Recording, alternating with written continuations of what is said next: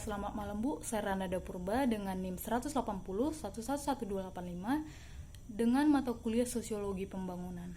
Di sini Bu, saya akan mencoba menjelaskan terkait dengan tugas yang Ibu share di Google Classroom, yaitu materi teori modernisasi. Dan yang saya ambil itu teori dari David McClelland Bu.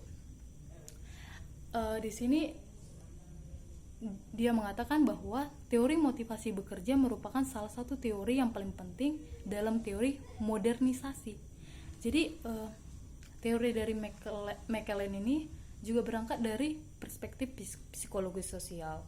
Jadi yang perlu kita ketahui bersama juga, teori McClelland ini juga terpengaruh dari teori Max Weber, yaitu etika Protestan dan semangat kapitalisme, di mana semangat kapitalisme yang dimiliki seseorang itu dipengaruhi oleh nilai individu yang dimiliki oleh individu tersebut.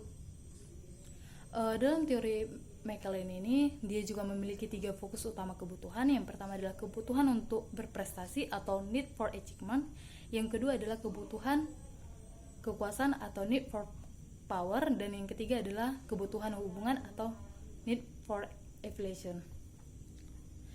Dan di sini saya akan membahas mengenai kebutuhan untuk berprestasi atau need for achievement.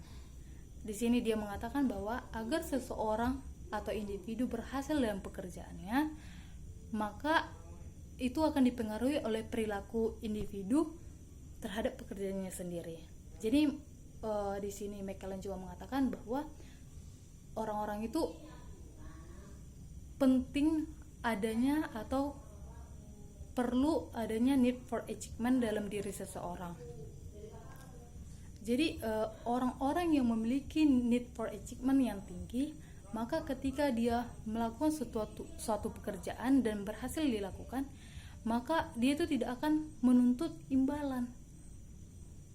Dan ketika sesuatu itu yang dikerjakannya itu berhasil dan hasil kerjanya itu dilakukan dengan baik, maka dia akan memiliki kepuasan